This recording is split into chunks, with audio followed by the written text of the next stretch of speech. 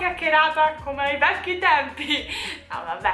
Allora, è il 16, quindi, oh mio Dio, abbiamo già passato metà mese di febbraio.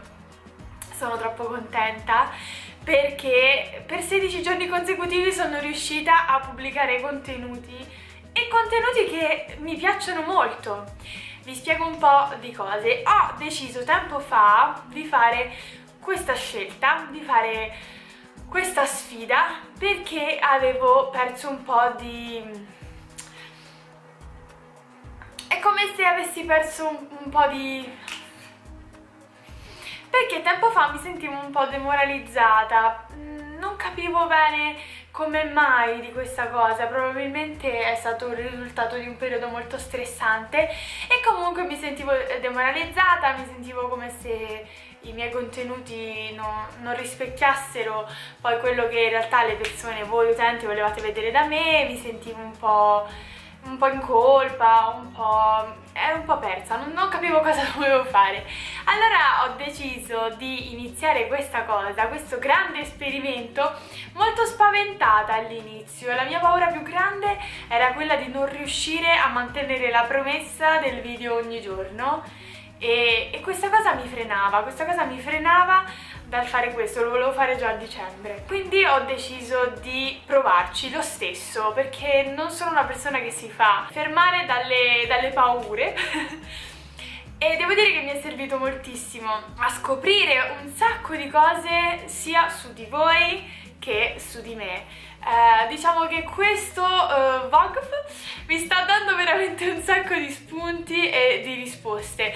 Posso dire con assoluta certezza che i contenuti che io ho pubblicato questo mese mi piacciono tutti, e lo so che è strano da dire, però può succedere veramente di pubblicare dei contenuti che non ci piacciono.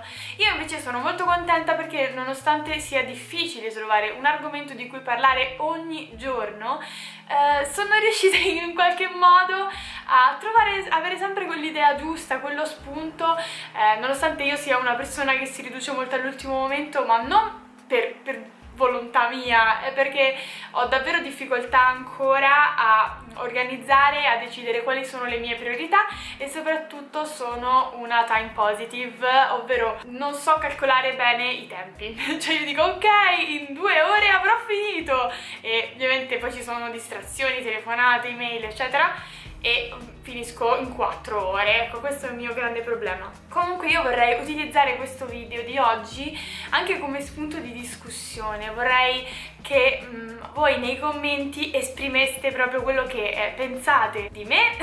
Beh, lo fate sempre, però in generale, in maniera più profonda, cos'è che vi piace del mio canale, cos'è che vorreste vedere, tutte queste cose qua. Mi rendo conto che una buona parte mi dirà che vuole le lezioni di giapponese, contenuti sul Giappone e io mi rendo conto che nell'ultimo periodo, in un periodo lungo, non ho più soddisfatto questo tipo di richieste e vi spiegherò anche perché. Perché sono cambiata. Cioè in realtà ve l'ho già detto un sacco di volte, se siete nuovi non lo sapete, però se mi seguite da un po' lo sapete, sono cambiata e trovo molta difficoltà adesso a parlare solamente dell'argomento Giappone, perché io non vivo più lì, nonostante ci vada molto spesso e quando ci andrò ovviamente porterò i contenuti legati a questo viaggio eccetera eccetera. Quest'anno ci vado 3 volte. Trovo difficoltà a trovare nel mio quotidiano spazio per parlare solo di Giappone. Ecco, per me parlare solo di Giappone è un po' limitante e mi dispiace di deludervi, mi spiace tantissimo deludervi su questo, ma questo canale non è nato come canale sul Giappone, è nato come canale di vlogging, cioè di parlare delle mie passioni eccetera.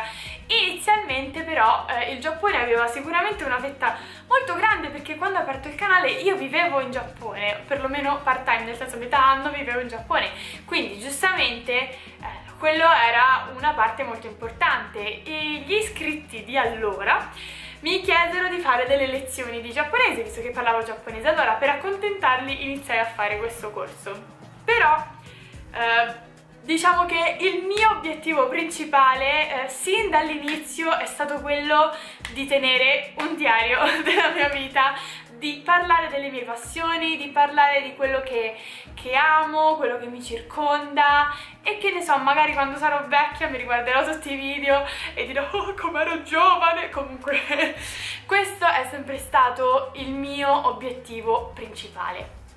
Adesso sono una persona molto fortunata perché ho avuto tantissime possibilità che io veramente 2-3 anni fa me le sarei immaginate neanche, ma proprio zero, e voglio cogliere queste possibilità, voglio continuare a coltivare quello che sto facendo.